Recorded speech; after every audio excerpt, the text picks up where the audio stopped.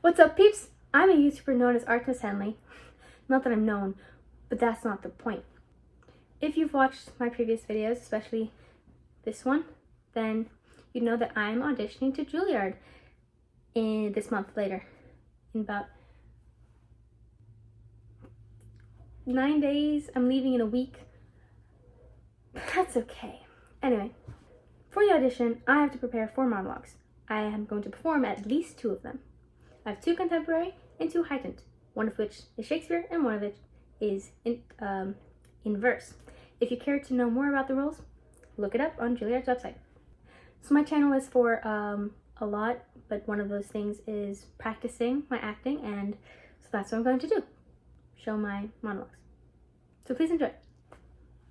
So my 2 contemporary plays are St. Valentine's Day, which is a 1-act play by Annie Elliot about a woman, Eleanor, and her niece, Letty, who both like a man, and there's a Valentine that isn't addressed. And the other is I Love You, You're Perfect, Now Change, about all sorts of love things, situations, like going on a date, divorce, blind dating, marriage, having kids for the first time, and more situations. It was a lot of fun. It's funny and it's a musical, but not strictly a musical. It has songs in it. So it's difficult to find a, well, actually it's easy to find a monologue. It was easy to find a monologue because they're always talking back and forth, so there's only actually 1 to choose from. For St. Valentine's Day, there was also like 2, one of them, like maybe 3, but 2 of them were too short. Ooh, also, each monologue has to be 2 minutes long. Like a few seconds over or under is fine, so I struggled with that. So the one I chose for St. Valentine's Day was way over 2 minutes, so I had to cut pieces out. Same for I Love You, You're Perfect, Now Change, but now they're both like 2 minutes and 10 seconds maybe, but it's fine. My 2 heightened texts are both Shakespeare, and I think they're both in verse, is Romeo and Juliet and A Midsummer Night's Dream. I chose A Midsummer Night's Dream because it's my favorite Shakespeare play. It's the first Shakespeare I ever read in school. Well, it's the first Shakespeare I ever read. It was in school.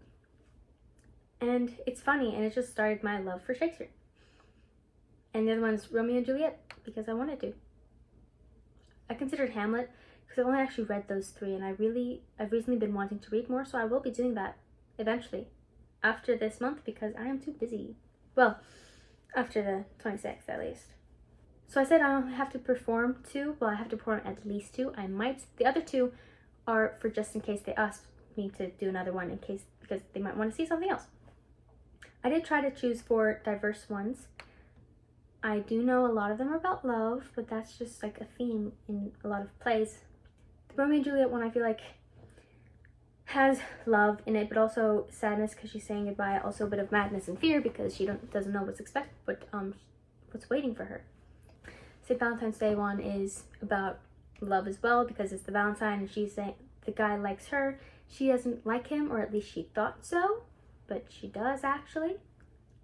I Love You, You're Perfect, Now Change is also love, I guess, because it's I Love You, You're Perfect, Now Change. All these romance, love life situations, but it's just her husband left her, so she's divorced now, but he left her for an older woman. That's kind of the theme throughout the whole monologue, but that's not important. Just watch it. I don't know. Romeo and Juliet, I already said that. Midsummer Night's Dream is more about betrayal because she grew up with Hermia and they're best friends, and then she thinks she just betrayed her for some fun, a couple of laughs. Anyway, I just spoke way too much. This might be for a whole other part, or I could say skip this if you don't care, because I don't care if you don't care, because I don't care. No, I don't care. I just want to say this because I have to, at the audition, the people might ask me questions, and I need to be prepared for that. So this is me seeing if I'm prepared, and I think I am, mostly. What's up, peeps? This is it. We'll go in order. Midsummer Night's Dream, St. Valentine's Day, Romeo and Juliet, I Love You, You're Perfect, Now Change.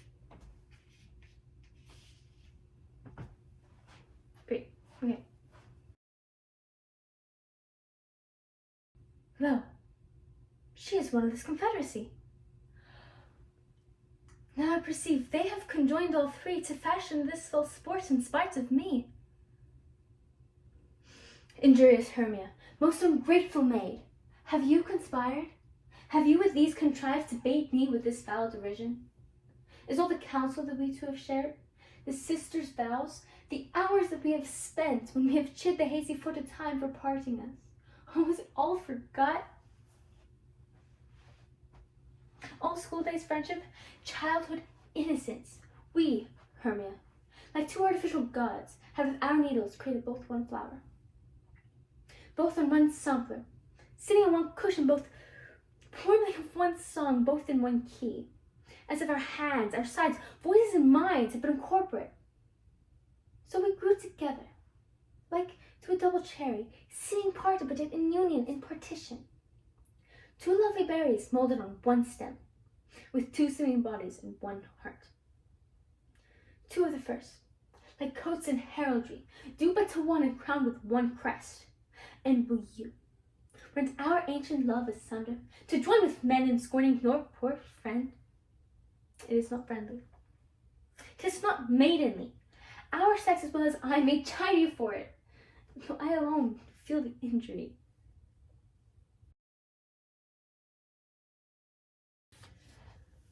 I wonder if I shall ever be able to look Dick in the face after the unblushing confession I've made under the irritating aggravations of that niece of mine. One comfort, he will know nothing of it. I'll see that she doesn't repeat anything. Now, let me see the Valentine. A trifled fashion, yes, at best. A veil whose wearer stands confessed. A ruse that cares not to mislead.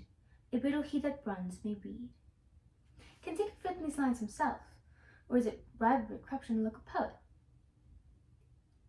But so is the story old, so is my lady fair and cold, as fair as those of earlier days, as cold as those of sweeter days, that lost and can't refer to my temper. And so I take this old way, to make it heed what I should say. This pen, like keener pens in mine, shall write my love of Valentine. It's not so bad so far. And us, are not old fashions best? Can love, like friendship, not be dressed, and still be love? And to be true, must love and lover both be new. Must love and lover both be new. I'm not sure that they must. Perhaps, after all, but what nonsense this is. To be convinced by a Valentine, to hint for a heart or an arrow, and with a glimpse of coloured paper. I should think you might at least have had a line with coloured paper. St. Valentine's Day has bewitched us all. But I am, and Dick Morrison is just Dick Morrison in spite of his poetry.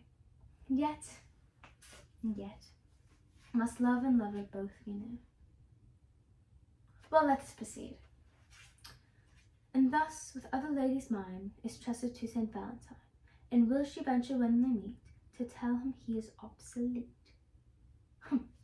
Not obsolete, perhaps, but rococo, a very good person to deliver a message.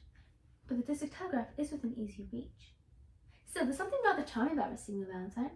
I feel like someone asked me to go sliding down a hill in the country. I wonder if I would have liked it as much if it had been from anybody else. The idea of Letty, that was too absurd. Those questions are worse than the catechism. I feel I must give them categorical answers. Can love like friendship not be dressed and still be love?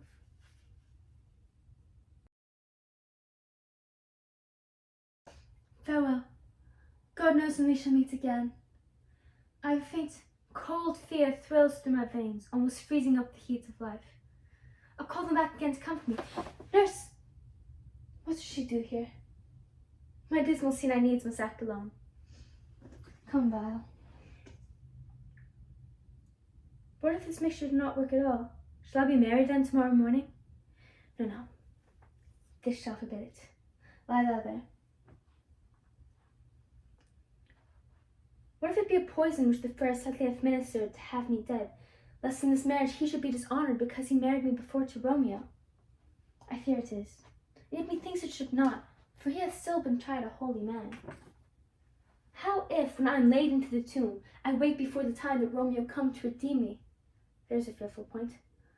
Shall I not then be stifled in the vault, whose foul mouth no healthsome air breathes in, and there die strangled ere my Romeo come? Or, if I live, is not like the horrible conceit of death and night, together with the terror of the place, as in a vault, an ancient receptacle, where for this many 100 years the bones of all my buried ancestors are packed, where bloody Tybalt, yet but green in earth, lies festering in his shroud, where, as they say, at some hours in the night spirits resort.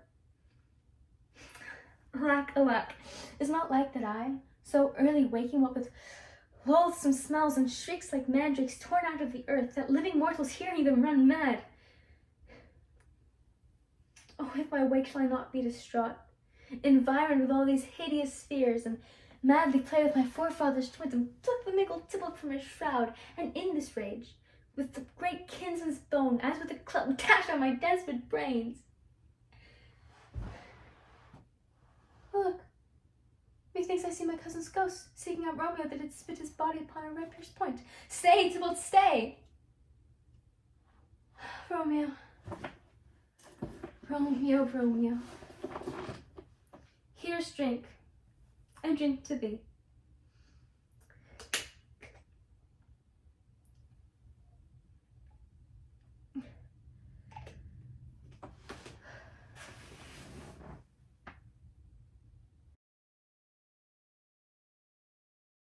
Hello, I'm Rose Carboni.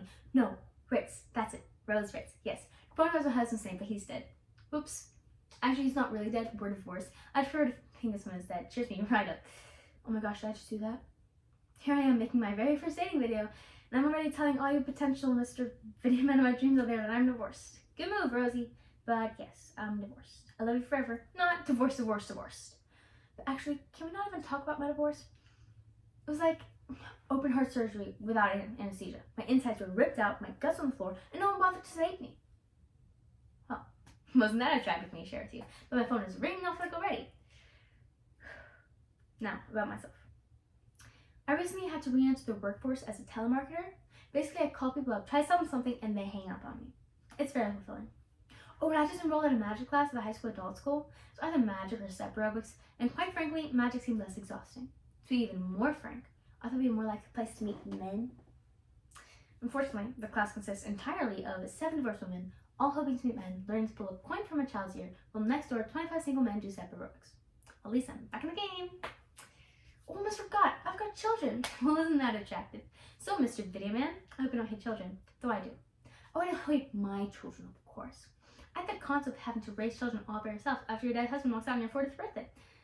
Oh my gosh, I just told you he left me, not vice versa. Damaged goods alert. Why should your dead husband dump her and run off with an older woman?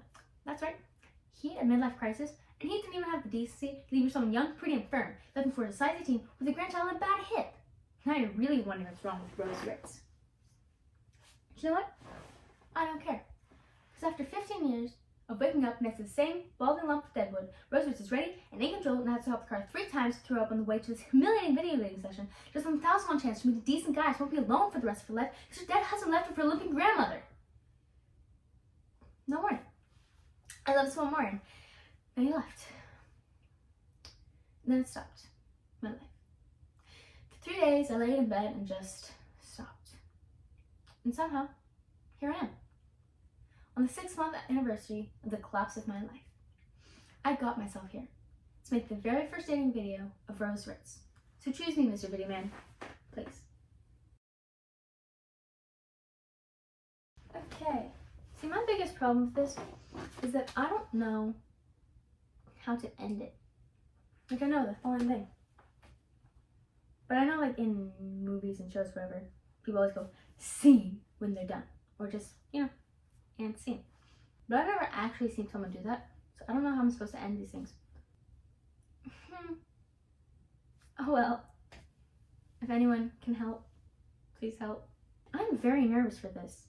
There's a small chance I'm gonna get it. It's like, what, an 8%? They only take 18 people a year. But between 8 and 10 of one, between 8 and 10 of the other. There's for the undergraduate, and there's like the other one, for the bachelor's and for the master's. I'm also like, didn't have a lot of time to prepare. Well, I did. I've had 2 months, and that's enough time, I guess. It is. It's definitely enough time. I just really started focusing in the last month. I mean, it really is enough time. It's not as much as other people had. People who've been going to school their whole life, or at least since they decided to be an actor or actress, and who knows when that started. I've only wanted this for 4 years. I only decided to go to the school in November, like midway through. So I had less than a month for the application, which wasn't a problem. Well, almost. It was almost a problem. My teacher didn't see my email asking for a recommendation letter, so she didn't give me a recommendation letter until, like, she didn't answer back until the day that the application itself was due. But then she turned it in like 2 or 3 days, which is great. Anyway, so yeah, I'm really nervous, which makes sense though, because like this could change my whole future.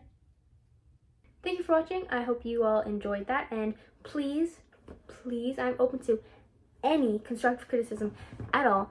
Anything you can tell me, because my audition is coming soon in a bit more than a week, so I want to be prepared. Anything you can give me, I'll accept. I won't change my performance for all of them, but I will listen to them and take heed of what you say, if that's the correct words to say. Anything you can give me would be very helpful. I'm grateful to anything, and just any help or advice or anything. Thank you so much for watching. I hope you enjoyed, and I will have an update on how it went after it goes. Thank you. Bye.